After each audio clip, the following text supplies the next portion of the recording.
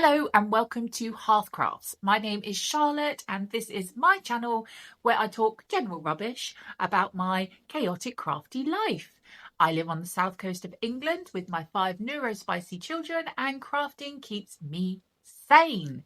Hi! Feels like ages since I've done this. Why does it feel like ages? It's only been like a few days, but obviously they've been very long days. I had a migraine yesterday, so today I feel a little bit woolly headed. But it's fine, it's all good. We don't let these things stop us. So we are on cast on number 10. 10. We're in double digits, whoop whoop, which is really good news because I've actually got less than a week now. What's the date today? So it's Sunday the 25th of January today, and I need to have the last of my cast-ons done by the 31st, which I believe is it Saturday? I think it's Saturday next week. Excuse me. So yeah, so I mean that's fine. It's very doable. It's not a problem. But I am very much looking forward to getting all of these done, and then getting back to some of my earlier cast-ons. So let's get into it. Today I am doing it's more colour work. I'm so excited. I had to do some more colour work. I was getting proper colour work withdrawals. I just need to turn my tablet on so I can double check on the name because, you know, always the professional, always prepared. So I'm doing the Raven Headband by Iris Fagerland. Now, this was a complete accident. I happened to be, like I said, I was getting some colour work withdrawals. I desperately wanted to do some more colour work. Didn't want to cast on more colour work socks because I want to get my other cast on finished, the Cuff Club one. So I thought, let's have a look what else there is. So I was looking through and I just happened to see this headband. Now I wear headbands a lot. It's something that I, this one, I made this donkeys years ago. In fact, I think this has got to be about 5 years old. I'm pretty sure this was the first thing I made when I moved into this house, which was like nearly 5 years ago. It's literally just a crochet headband. I held 2 yarns double. It's like silver and black, and I love it, and I wear it all the time. So yeah, headbands is something that I like. So yes, I saw this one, the picture popped up and I just thought, oh, I have a real thing for ravens. I absolutely love them. I think they are great. So when I went and investigated a little bit more as well, I mean, this designer has got the most amazing jumpers as well. And I think I've literally queued pretty much all of them. She's also got like some Kraken themed ones and various other things. But yeah, the Raven jumpers are just unreal. So I think once I come to the point of doing a colourwork jumper, I can see them being like one of the first ones that I attempt. But I thought, you know, let's go for the Raven headband first of all. Like I said, definitely something I would use. And I'm really excited. I absolutely love it. I think it's beautiful. But I had no yarn. And I didn't even have the right needles for them because it says a 16-inch circular in 3mm, which is what I'm using for my muscle bra, which is not finished yet. So I thought, you know what, let's just do it. Let's just purchase a couple of skeins of yarn and some more 16-inch circulars because I know they'll get used. And that's what I did. So I actually bought, so the yarn that I'm going to use for this is one that I've wanted to try. I haven't tried it yet. And that is opal. Can you even see that? So I went for the black, and this one is, I'm sure this is silver. Yeah, silver. Obviously the labels are all in German, but it is silver. But what I love about this colour is it is silver and it is grey, but it's also almost got like this lilac-y sort of hue to it, and it's absolutely beautiful. And I think the contrast in these two is going to look fabulous. So yeah, that's my yarn that I'm going to be using. And I decided to try a different kind of 16-inch circular because I'm still at that stage where I'm liking to try different needles. So I love Chalgo. Absolutely love them. I've got some higher 9-inch circulars, which are fabulous, but I'm constantly stabbing my fingertips with those. They are so sharp. It's like knitting with hypodermic needles. Like when I use my higher, I will always, because I'm one of those that pushes the end of the needle down with my finger. So when I'm using my higher, it just goes straight through the end of my finger. So I kind of, they're like the ones that I grab for the least, because, you know, I don't want holes in my fingers. But yeah, so this time I decided to go with the Addy circulars. I know they're quite a popular make, but I've never had anything Addy. So I've gone with those. I do like them. They are, I won't give too much away because I have already started. But they're a lot. I'm just going to show you the tips here. They're nowhere near as sharp as the Chiaogus. And actually, just while I've got your attention, is it possible that using needles that aren't quite as sharp could be making my tension looser? Because I say that it could just be the fact that it's they're 3mm needles. So I mean, I've pretty much spent the last couple of days working on my Cuff Club socks. So it could just be that the jump from the smaller 2.25 to the 3mm makes it feel like my tension's looser. But it does feel like with the blunter needles, and it's not a bad thing. It's not a bad thing for my tension to be a little bit less because I am a tight knitter. Very, very tight. And I've even thought to myself while I've been making the Cuff Club ones, I might actually, because obviously with the colour work cuff, I went up to a 2.75 and then went back down to 2.25. And I was kind of thinking I might try it with a 2.5 at some point because I am a very, very tight knitter. But yeah, with the blunter needles, and I'm not sure if it's the fact they're blunter, so you know, so it takes a little bit more effort to get it through the stitch, maybe. I don't know. But what are your opinions on that? Is that possible? Is it a thing? But yeah, so that's it really. I'm going to show you some bits and pieces of me casting on and working on this a little bit. I worked on it at Pete's last night and done a little bit more work on it this morning. So I'll show you that and then we will regroup and we'll have a look how I got on.